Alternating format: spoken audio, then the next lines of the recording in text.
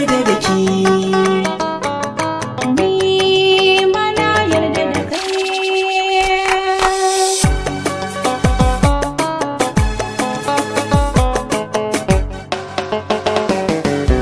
Ina kike ne ban ganki ba, ‘yan mata, inai miki so tamkar zuma, kin ji baiwar Allah.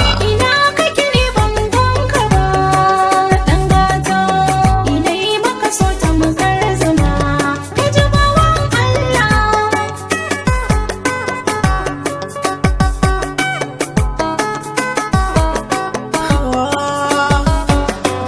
Bacci baya zuwa idona, ki tausaya, dare rana hoton ki nake gani har a zuciya. Kin ga so ba a riko na sako a ce za a siya, da ke za na je a matakin farko karkice a tsaya. Kar da ki bar ni na yi da kwan kauna da akwai wuya, domin rana ɗaya ba a kin ayo guziri. Dokin mai baki ya fi gudu dangin san zai yi kuri, ki zo mu je mu zauna yar baba.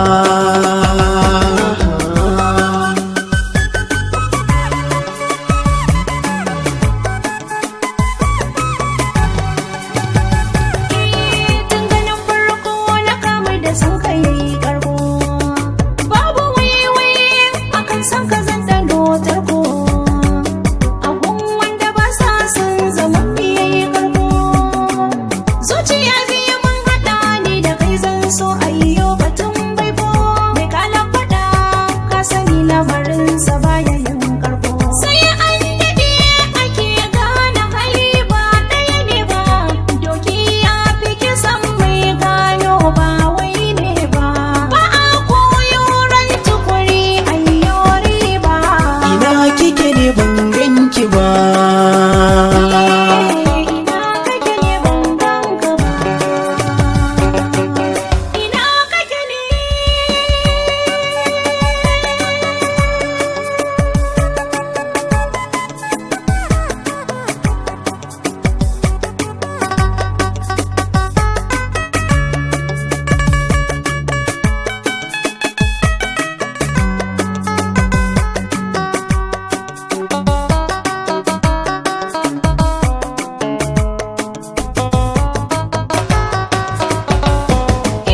Ko ina mai aro zai je da sanin mai riga.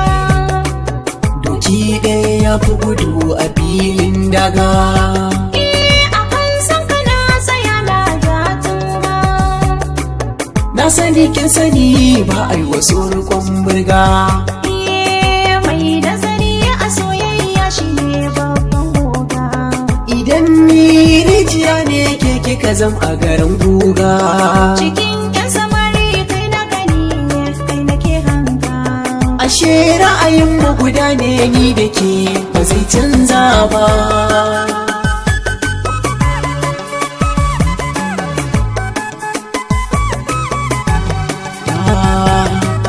Makaho baya shakkar ba ta madubi. In ka ji na iya samun dama babba.